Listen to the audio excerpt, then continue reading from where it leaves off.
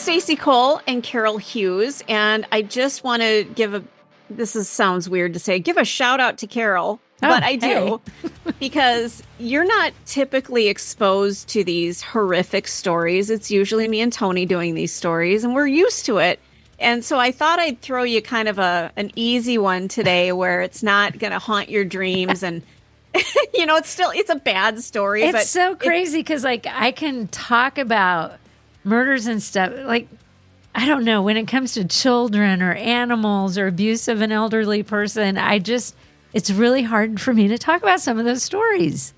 Yeah, it's bad. And this week has been we've had just a plethora of horrible child stories. And it's not like I'm trying to find them like, I'm going to freak out Carol this week. No, that's not it at all. It's just they keep coming up in my feed and I'm like, wow, we got to cover this. I'm sorry. But this one is a little bit, I still have a lot of questions about this one. Yeah. Okay, so here's the story. The FBI arrests the Little Rascals trio in connection with Houston bank robbery. The FBI has apprehended 3 minors in connection with a bank robbery that sent shockwaves through Houston, Texas. Here's the part that's going to freak everybody out. They are age 11, 12, and 16, and they've been dubbed the Little Rascals by the FBI, of course, reminiscent of the characters from the 1955 TV series. According to the FBI's announcement on social media, all 3 bank robbery suspects, known as the Little Rascals, are in custody. The arrest follows allegations that the trio committed a daring robbery at a Wells Fargo bank in Houston on March 14th. So again, age 11, 12, and 16. In a bid to aid the investigation, the FBI released photos of the juvenile suspects on social media, appealing to the public for assistance. And remarkably, 2 of the suspects were identified and turned in by their own parents. Good. I'm glad they did. It makes you wonder, if you're scrolling through Facebook, maybe you're sitting on the toilet or something, wherever you do your Facebooking, and you're like, whoa, those are my kids. That's my kid. My kid's the bank robber, and my kid's only 11 and just robbed a bank. A bank. Didn't rob his buddy from the money he was going to spend at the Dairy Queen. The kids went in and robbed like a Wells Fargo or something like that. It's not funny. It's a serious crime. Absolutely. But I'm thankful they caught these kids, because if you're 11 and 12, and the 16-year-old we'll get to in a second, but if you're 11 and 12 and you decide I'm going to go rob a bank with the 16-year-old, what's next for you? Exactly. Hey, let's try killing somebody. Let's steal a car. Who knows? It's not just stealing a candy bar from the, Quick Trip down the road. We're going to go big. Go big or go home. And they actually left with money. Like, they did rob the bank. It's not like they went in there and they're like, oh, kids, we're calling security right now and arresting the kids. They robbed the bank. I have trouble getting my money out of my account because I can never remember my PIN. And these 3 walk in and they come out with money. Jeez.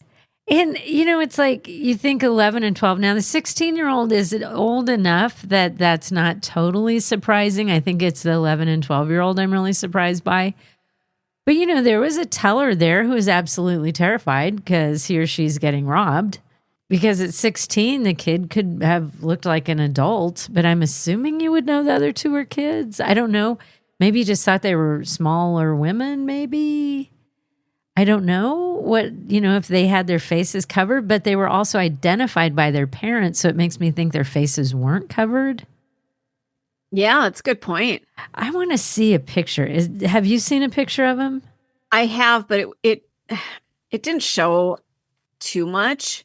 I'm going to look it up right now as we speak. I'm doing the same thing. I'm like, I'm trying to think back to what I was doing when I was 11. It was probably... Oh, it looks like they went in with hoodies. Yeah. But it doesn't, now they have their faces pixelated, But Yeah. it looks like... So how did the parents recognize them? Well, the one kid, I think you could. If his face was not pixelated, you would know that's your kid. But they're 3 children. Now that I'm looking at the picture, it's 3 children who came in and robbed a bank. And my question is, did they have a weapon? I'm not seeing. Did I miss that in the story one somewhere? kid looks like his hands underneath his hoodie, so my guess is he was doing the finger thing, like saying it was a gun. Mm-hmm. That's my guess. And does it say anywhere how much money they did get away with? I haven't found that. And I guess it doesn't matter. I mean, if they got away with $1, it just says they still robbed undisclosed the bank. amount of money. Okay. But, it's like, where did this go so off track? I get kids wanting money, but what were they planning on doing? You can't go home and all of a sudden start bringing in the latest video consoles and shit. Yeah. Because your parents are like, where did you get that? Where did you get that? Where did you get those new tennis shoes? Mm-hmm. So even if they have money, what are they going to do with it? And why aren't these kids like more concerned about baseball or something like that? Like, yeah, why are they thinking about robbing a bank? It makes you think, well, is it, they have no supervision at home, but hats off to the parents for turning their kids in. That is so strange to me. And it's just so bold, they're like, one of them had the idea and the others are like, okay, let's rob a bank. Well, it's one way of getting out of school now, isn't it? I guess you're right about that, yes. You're locked into the Hidden Killers podcast. Want more? Start binging on all of our true crime podcasts right now through Apple Podcasts and get an ad-free experience when you sign up to be a True Crime Today Premium Plus member exclusively on Apple Podcasts. More of the Hidden Killers podcast dropping soon. Press subscribe now.